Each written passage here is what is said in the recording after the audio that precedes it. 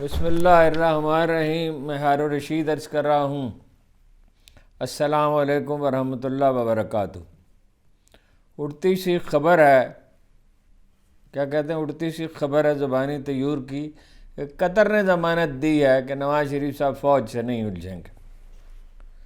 اب اس کی تصدیق تو کرنا ممکن نہیں ہے، یا قطر سے اس کی تصدیق ہو سکتی ہے یا نواز شریف صاحب سے ہو سکتی ہے. ظاہر ہے وہ تو نہیں کریں گے، اور کوئی اور کر سکتا ہے تو وہ بھی نہیں کرے گا. بہرحال ذمہ دار ذرائع یہ کہہ رہے ہیں، لیکن اس سے میں نہیں سمجھتا کہ یہ کوئی ضمانت ہے، اس کی کوئی حیثیت ہے. نواز شریف صاحب کو جب موقع ملے گا وہ کریں گے ضرور. آپ پچھلی تصویریں اٹھا کے دیکھ لیں، ایون جنرل باجوہ کے ساتھ شروع کی جو تصویریں جب کوئی اختلاف تھا ہی نہیں، اور ان سے پہلے جنرل راحیل شریف کے ساتھ، اور ان سے پہلے تو خیر جنرل کیانی تھے جن سے ان کی ملاقات نہیں ہوئی. بہرحال ان کے خلاف بھی بات وہ جب موقع ملتا تھا تو کرتے تھے، اور جنرل مشرف کے تو ظاہر ہے وہ خلاف تھے ہی. مگر جو تصویریں ہیں شروع کے دور کی جب جھگڑا نہیں تھا تو آپ اٹھا کے دیکھ لیں تو اس میں ان کے چہرے پہ اگر غصہ نہیں تو بیگانگی ضرور نظر آتی ہے، اور بعض بہت ہی شک اور غصہ بھی نظر آتا ہے.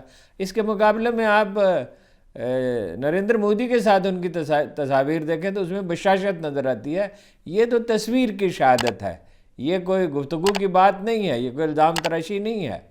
اور یہ تصویریں نکال کے دیکھیں اور آپ حیرت زدہ رہ جائیں گے کہ وہ ایک فوج کے ساتھ ان کا رشتہ جو ہے وہ الفت کا رشتہ کبھی استوار ہو سکتا ہی نہیں ہے. انہوں نے کہا سارا گند جنرل باجوہ کا پھیلایا ہوا ہے. چلیے یہ تو ایک شخص کی بات ہے، مگر خواجہ آصف صاحب نے تو یہ کہا اسمبلی میں کھڑے ہو کے کہ انہوں نے کبھی کوئی جنگ جیتی ہی نہیں. ٹیررزم کے خلاف جنگ نہیں جیتی، فوج نے ٹیررزم کے خلاف جنگ نہیں جیتی. یہ لیبیا بن گیا، شام بن گیا، پاکستان، عراق بن گیا، افغانستان جیسی خانہ جنگی ہوئی. اور 65 کی جنگ جو ہے وہ 3 گنا بڑی فوج کے ساتھ اور امریکی اسلحے کے ساتھ انہوں نے لڑی تھی، اور امریکہ اس کی پشت پہ کھڑا تھا اس وقت انڈیا سے. اسی وقت وہ پلاننگ کر چکا تھا، تعلق ظاہر ہے چین کے وہ خلاف تھا. تو 65 کی جنگ میں کون سی شکست ہوئی تھی؟ اور خواجہ اعظم نے یہ کہا تھا گوشت نوچ نوچ کے کھا گئے پاکستانی قوم کی ہڈیوں سے. آج تک ایک فتح حاصل نہیں کی. ایک مشرقی پاکستان کا المیہ تھا، یحییٰ خان اور اس کے ساتھی اس کے ذمہ دار تھے، اگرچہ بھٹو بھی اس کے ذمہ دار تھے. اور مغربی پاکستان میں میڈیا اگر آزاد ہوتا اور کوئی فریاد کرتا تو کچھ ہوتا. مغربی پاکستان کو تو تاریکی میں رکھا گیا تھا. ان کی صاحبزادی نے کہا، مریم نے، کہ یہ جو دہشت گردی ہے اس کے پیچھے وردی ہے.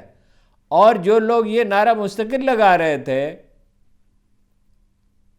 محسن داوڑ وغیرہ، تو ان کی پشت پناہی کون کر رہا تھا؟ تو یہ تعلقات ان کے دل سے کبھی وہ نہیں معاف نہیں کر سکتے. اور میں نہیں سمجھتا کہ وہ اگر جس طرح ان کی مدد کی جا رہی ہے اور سرپرستی کی جا رہی ہے وہ آ جائیں گے تو وہ جناب دل صاف کر لیں گے. دل تو کبھی صاف انہوں نے نہیں کیا. دیکھیے ایک اور خبر یہ ہے کہ یلغار جاری ہے ظاہر ہے پی ٹی آئی کے خلاف. ایک اور خبر یہ ہے کہ فرید مانی کا کسی بھی وقت اپنی سابق اہلیہ اور عمران خان کے خلاف پریس کانفرنس کر سکتے ہیں اور کچھ بھی کہہ سکتے ہیں. یہ ذمہ دار ذرائع یہ دعویٰ کر رہے ہیں، مبینہ طور پہ یہ کہا جاتا ہے. گرفتار تو وہ ہوئے تھے ایک جائیداد وغیرہ کے کوئی مسئلے میں، کو اوقاف کی زمین تھی، اینٹی کرپشن پنجاب والوں نے پکڑا تھا، کوئی دکانیں وغیرہ کہیں بنا لی تھی. اب معلوم نہیں اس کی نوعیت کیا تھی، اس کی کوئی تفصیل پتہ نہیں ہے. مجھے بہت دن سے یہ خبر ذرائع دے رہے تھے، لیکن اب ایک ذمہ دار اخبار نویس نے اس کی تصدیق کی ہے. انہوں نے اس پہ گفتگو بھی کی ہے آلریڈی، تو میں نے دوبارہ ظاہر ہے اس کو دیکھا ہے سارے معاملے کو. ملک ریاض میں بھی بڑا دباؤ ہے، لیکن میرا خیال ہے کہ ملک ریاض ایسا نہیں کریں گے. وہ سمجھتے ہیں وہ پاکستانی سیاست کا میں جتنا وہ ڈیپ روٹڈ ہیں سیاسی پارٹیوں سے اور لیڈروں سے جتنا ان کا تعلق رہا ہے، وہ سمجھتے ہیں کہ کسی وقت بھی عمران خان آ سکتے ہیں، آج نہیں تو کل نہیں تو پرسوں. کچھ عرصے کے بعد تو وہ ان کے خلاف گواہی دے کے اور یہ اکثریت کو اپنے ناراض کر کے، ان کا کاروبار بھی ہے، اور کاروبار میں ظاہر ہے پراپرٹی کا سارا کاروبار آج کل متاثر ہے. بڑا کریک ڈاؤن ہو رہا ہے ہاؤسنگ سوسائٹیوں کے خلاف، اور بحریہ ٹاؤن میں بھی مسائل درپیش ہیں. اور ایک محترمہ جو ہیں وہ ہاتھ دو کہ ان کے پیچھے پڑی ہوئی ہیں، ان کے ساتھ انہوں نے کوئی سیٹلمنٹ نہیں کیا، اور وہ مطلب بات بھی نہیں کر رہے، چھپے ان کے ترجمان بھی کوئی بات نہیں کر رہے، تو وہ سخت ذہنی دباؤ کا شکار ہیں، مگر وہ میرا خیال ہے کہ یہ کام نہیں کریں گے۔ باقی مانسہرہ میں کی ہے کارروائی، ان کا کنونشن تھا پی ٹی آئی کا، اس کے کارکنوں کو گرفتار کر لیا گیا، پی ٹی آئی کے کچھ لوگوں کو پکڑا بھی گیا، شاید گھروں پہ چھاپے مارے گئے، حالانکہ اس کی اجازت دی ہے پشاور ہائی کورٹ نے۔ درگئی میں بھی یہی ہوا ہے، ضلعی صدر بھی اور جناب تحصیلوں کے صدر بھی 8-9 آدمیوں کو گرفتار کیا گیا، اور بھی کئی کارکن، ایک محترمہ ہیں ان کو پکڑا گیا، ان کے صاحبزادے ان سے ملنے کے لیے گئے، نام میں بھول رہا ہوں، فیضان غالباً کچھ نام ہے صاحبزادے کا، ان کے سے ملنے کے لیے گئے تو وہ انہیں بھی پکڑ لیا، 153 دن سے وہ اپنا جیل میں پڑے ہوئے ہیں۔ فواد چودھری کو جس طرح لایا گیا، بڑی حیران کن بات ہے، کہتے ہیں کہ جی وہ کسی پراپرٹی ڈیلر نے ایک مقدمہ درج کرایا ہے کہ 50 لاکھ روپے مجھ سے لیے تھے، واپس نہیں کیے، اور ایک خبر یہ بھی ہے کہ جی ملازمت دلانے کے لیے، وہ تو حکومت میں 1.5 سال سے تو وہ حکومت میں نہیں ہے، اور ایسی کون سی نوکری ہے، وہ تو جس وزارت میں تھے وہاں ایسی کون سی نوکری تھی جس میں 50 لاکھ روپے دیے جاتے، اور اس طرح کے مقدمات میں پولیس کبھی گرفتار نہیں کرتی۔ میں نے سینئر پولیس افسروں سے پوچھا ہے، جب تک اس کو کوئی ٹھوس شواہد نہ ہوں، اور کپڑا کیوں وہ سر پہ ڈال کے لایا گیا چہرے پر، اور کس طرح ان کا ریمانڈ دے دیا گیا، تو اصل میں ایسا لگتا ہے کہ گرفتاری قانونی کارروائی مقصود نہیں تھی بلکہ توہین مقصود تھی۔ ایسا لگتا ہے کہ تحریک استحکام پاکستان جو ہے، پاکستان استحکام پارٹی جو ہے، وہ بھی نون لیگ کے نقش قدم پہ چل نکلی ہے۔ صاحبزادہ حامد رضا خان کی جن کے والد مشہور عالم دین تھے مولانا فضل کریم، اور ان کے دادا مولانا سردار محمد فیصل آباد کے ایک بڑے لیجنڈری کریکٹر ہیں، بڑی کشیدگی ہے فیصل آباد میں کل سے، تو ان کی ہمشیرہ کو کے خلاف یعنی گرفتاری کے وارنٹ جاری کر دیے گئے ہیں، اور کسی وقت وہ گرفتار ہو سکتی، ان کا سیاست سے دور کا بھی تعلق نہیں، کوئی واسطہ ہی نہیں ہے سیاست سے، اور انہوں نے اپنا صاحبزادہ نے انہیں رانا ثناء اللہ کو اور راجہ ریاض کو اس کا ذمہ دار ٹھہرایا ہے، اور یہ کہا ہے کہ اگر ایسا ہے تو ٹھیک ہے، میں پریس کانفرنس میں اس پہ بات کروں گا، کہ کب وہ کس وقت پریس کانفرنس کرتے ہیں میں کہہ نہیں سکتا، لیکن بہرحال ایک ایسی خاتون جس کا کوئی سیاست سے تعلق ہی نہیں ہے، اپنے بھائی سے انہوں نے کہا بقول ان کے کہ میرا تو کوئی واسطہ نہیں اگرچہ، اور بالکل ہی میرے نام 9 مئی میں قصے میں ڈال دیا گیا ہے، میں کبھی سیاست میں حصہ لیے نہیں، کبھی میرا کوئی دور کا واسطہ بھی نہیں رہا، لیکن اس کے باوجود میں ایک شہید کی بیٹی ہوں، اور میں خاندان کے لیے طاقت کا باعث بنوں گی، کمزوری کا نہیں بنوں گی۔ یہ اپنا تحریک استحکام کے جو استحکام پارٹی کے جو ترجمان ہیں، وہ تو کچھ آپے سے باہر ہو رہے ہیں۔ فریہ ادریس بہت شائستہ خاتون ہیں، اور میری تو ان کے والد سے بھی نیازمندی رہی ہے، اچھے خاندان سے ان کے تعلق ہے، ان کے بارے میں تو کبھی یہ شکایت ہوئی ہی نہیں کہ وہ یک طرفہ طور پہ بات کریں، کوئی ایسا موقف اختیار کریں جس پہ کسی کو اعتراض ہو۔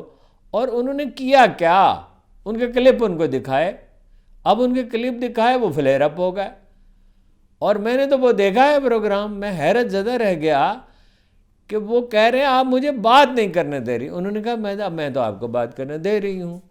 2 منٹ کے بعد انہوں نے یاد دلایا، 2 منٹ سے بات کر رہے ہیں، 5 منٹ کے بعد یاد دلایا، 7 منٹ کے بعد یاد دلایا، ہر بار وہ کہا آپ مجھے بات نہیں کرنے دے رہی، انہوں نے کہا آپ 7 منٹ سے بات کر، پھر کہا 9 منٹ سے بات کریں، پھر وہ اٹھ کے اپنا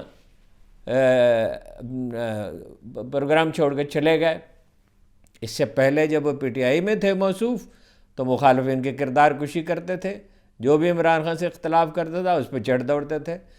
یہ استحکام پارٹی والوں کو چاہیے کہ اپنے لوگوں کو کوئی سمجھائیں بجھائیں، اس طرح تو معاملات نہیں چلتے۔ پی ٹی آئی والے انہوں نے یہی غلطی کی، میڈیا کو ناراض کیا، یعنی بلا استثناء میڈیا کے لوگوں کو ہر ایک کو لفافہ قرار دیا، اور اس کے ظاہر ہے کوئی اچھے نتائج نہیں نکلے۔ اور انہوں نے یہ سمجھا کہ صرف سوشل میڈیا کے بل پر وہ کامیابی حاصل کر لیں گے، تو اس کے نتائج کیا ہیں؟ اس کے نتائج کیا ہیں بلا استثناء پورے میڈیا کو کرپٹ قرار دینے کے؟ اس موضوع پہ تو خیر اتنی ہی بات کرنی تھی، لیکن یہ ہے کہ غزہ کا مسئلہ پیچیدہ ہوتا جا رہا ہے۔ کرائن یہ ہیں، میں نے بیرون ملک بھی بعض شخصیات سے بات کی ہے، کرائن یہ ہیں کہ امریکہ اور ایران کے درمیان خاموشی سے بات چیت ہو رہی ہے۔ ظاہر ہے کہ ایران کی مدد کے بغیر نہ حماس پوری قوت سے بروئے کار آ سکتی ہے، اور اس سے زیادہ حزب اللہ اتنی ہی بڑی طاقت ہے، کم و بیش تھوڑا سا فرق ہو سکتا ہے، جتنی ایرانی فوج ہے۔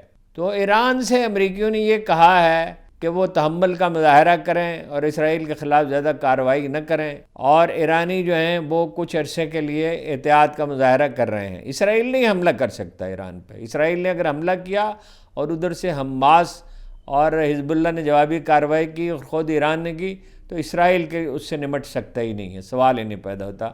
اندیشہ ایرانی حکومت کو یہ ہے کہ ایران پہ بمباری کی جائے گی، کوئی بڑی فوجی کارروائی نہیں ہوگی، افغانستان اور عراق جیسی صورتحال نہیں ہوگی۔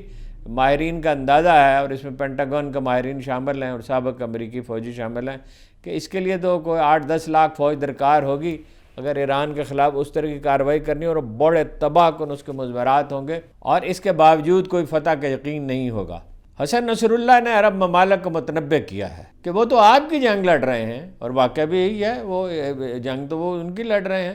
جو گریٹر اسرائیل کا منصوبہ ہے، جس کا نقشہ دکھایا انہوں نے نیتن یاہو نے اقوام متحدہ کی جنرل اسمبلی میں، اس میں مصر کا بہت بڑا علاقہ شامل ہے، سعودی عرب کا بہت بڑا علاقہ شامل ہے، اردن اس میں شامل ہے، عراق شامل ہے، اس میں شام کے بلاد شام کے بہت سے علاقے شامل ہیں۔ تو یہ جنگ آپ کی لڑ رہے ہیں، آپ ان کی فوجی مدد نہیں کر سکتے، تو غذائی امداد تو پہنچائیں، اتنا پریشر تو بلڈ کریں، لیکن بے حس پڑے ہوئے تاریخ کے چوراہے پر عرب حکمران۔ لیکن حزب اللہ کوئی بڑی کارروائی نہیں کر رہی۔ تقریر تو انہوں نے بڑی زوردار کی ہے اور کمٹمنٹ شو کی ہے، اور حسن نصر اللہ ایسے شخص نہیں ہیں جن کے بارے میں شک و شبہ ہو کہ جو وہ کہتے ہیں اس پہ عمل نہیں کریں گے۔ لیکن جب تک ایران اشارہ نہیں کرے گا، ایران انہیں تھپکی نہیں دے گا اور اجازت نہیں دے گا، اس وقت تک وہ نہیں کریں گے، اور اگر انہوں نے کارروائی کی تو اسرائیل کے لیے بڑی مشکل ہوگی۔ تو یہ بات چیت جاری ہے۔ منصوبہ جو ہے ایران سے کچھ میں نے معلوم کرنے کی کوشش کی، تو امریکیوں نے جو جنگ کی منصوبہ ایران کے لیے خلاف جو منصوبہ بندی کی ہے، خدا نہ کرے کہ ایسا ہو، وہ یہ ہے کہ ان کے سسٹم میں داخل ہو کر، آپ کو یاد ہے کہ ان کے سائنسدانوں کو قتل کیا گیا، وہ تو خیر اسرائیلیوں نے کیا تھا، ایک جگہ پہ امریکیوں نے بھی کیا، جنرل قاسم سلیمانی کو تو امریکیوں نے قتل کیا، مگر انٹیلیجنس تو اسرائیل نے فراہم کی تھی بغداد میں، سائنسدان قتل کیے گئے۔ سسٹم کے اندر پینیٹریٹ کر کے، ان کے الیکٹرانک سسٹم میں، سائبر سسٹم میں پینیٹریٹ کر کے تو ان کو نقصان پہنچایا جائے۔ آپ کو یاد ہوگا کہ ایرانی طیارہ گرایا گیا تھا، اور بعد میں ایرانی حکومت کے حکام کا کہنا یہ تھا کہ ہمارے سسٹم کو ہیک کر کے ایسا کیا گیا ہے۔ اگر ایران پر حملہ ہوا، خدا نہ کرے کہ ایسا ہو، بمباری کی گئی اور کوئی فوجی کارروائی کی، امریکہ کرے گا، اسرائیل نہیں کر سکتا، تو پاکستان سے اڈے دینے کا مطالبہ کیا جائے گا۔ یہ بڑی خطرناک صورتحال ہوگی۔ پاکستان کو ابھی سے اس کے لیے کوشش کرنی چاہیے۔ کیا کوشش کرنی چاہیے؟ کہ جنگ بندی کے لیے عالمی کوششوں میں شریک ہو جانا چاہیے۔ دیکھیے مغرب سے آوازیں اٹھ رہی ہیں، جو CIA کے سابق ڈائریکٹر ہیں، کیا ان کا نام ہے، نام مجھے دیکھنا پڑے گا، وہ آپ کے علم میں ہے کہ بنیادی حقوق جو ہے نا، وہ مغربی عوام کے لیے ایک مذہب کی سی حیثیت رکھتے ہیں۔ کٹی پھٹی لاشیں اور اسپتالوں پہ بمباری، اور اس کے اپنا غزہ کے مکینوں کی حالت زار نے ایک بیداری پہ 3 لاکھ کا جلوس نکلا ہے لندن میں، اور 3 لاکھ کا نکلا ہے نیو یارک۔ تو برطانیہ میں، جرمنی میں، فرانس میں، امریکہ میں، ہر کہیں جو ہے وہ عوام میں مخالفت بڑھ رہی ہے، بہت شدید مخالفت بڑھ رہی ہے۔ تو وہ نام تو مجھے یاد نہیں آ رہا، میں نے یہاں کہیں لکھا تھا، دیکھیے شاید مل جائے۔